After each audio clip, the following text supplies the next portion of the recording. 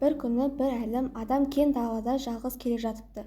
Кенет ол бір үлкен тасқа сүрініп жығылып кетеді. Әлім тасты жолдан алып тастамақ болып көтеріп қараса, астынан кішкентай сандық шығады. Ол таңырқап сандықты ашып көреді. Кенет үлкен жылан атып шығады.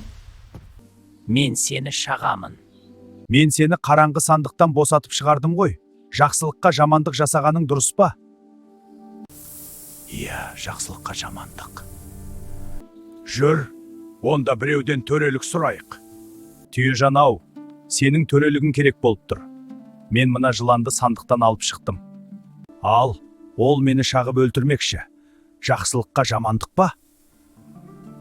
Иә, жақсылыққа жамандық бар. Мен де адамдарға көп қызмет еттім, бірақ олар маған ауыр жүк артып ұрып соғады. Олар төрелік іздеп жолға шығады. Уа, ағаш, бізге төрелік айтшы. Мен бұл жыланды құтқардым, ал ол маған жамандық жасағысы келеді.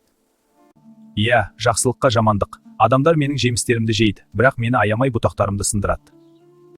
Жыланжан-ау, тағы біреуден төрелік сұрайық.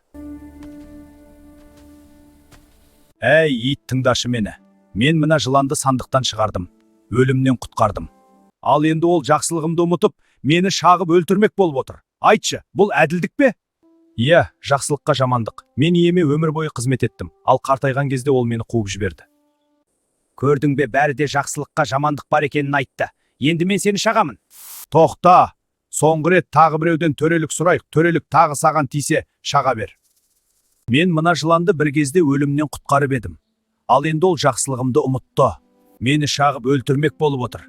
Жақсылыққа жамандық па? Айтшы, бұл әділдік пе?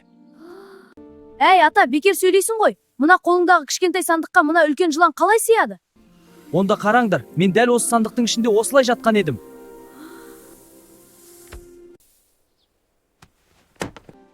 Рахмет балам, сенің арқаңда бір ажалдан аман қалдым.